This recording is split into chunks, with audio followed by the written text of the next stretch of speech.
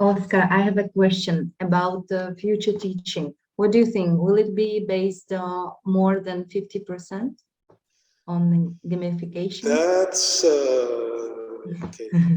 My my ball to read the future.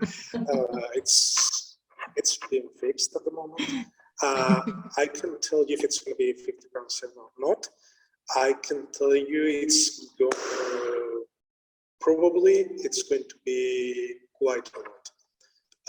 At the moment, so here in Spain, in legislation, in current legislation in some of the regions, they are advising to use gamification for certain contents and certain subjects. Because, say, for example, geography or history, because it creates a context where that content is relevant. It's not just learning rivers because you have to learn the rivers. So probably you know the rivers in the Czech Republic or in Russia or in Italy. Well, rivers or mountains or whatever, just lists of things we have to learn when we were kids without any proper context. Like you have to learn them because you have to learn them. Now, you have to learn them. Yes. That's the first point.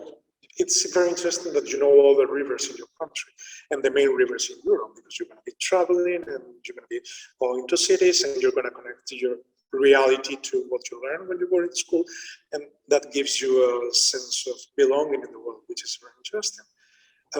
So we're not saying you don't have to learn those things. We're just saying we create a context around it, so we make it interesting beyond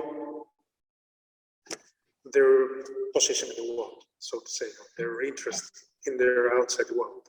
So I don't know if it's going to be 50% because in the end, gamification is just a strategy to, to get to your students and to make content a bit more relevant for them. Not because the content is not relevant by itself, but what we find in these days, it is not relevant for students. So what we're trying to do is making it relevant by adding a layer of gamification.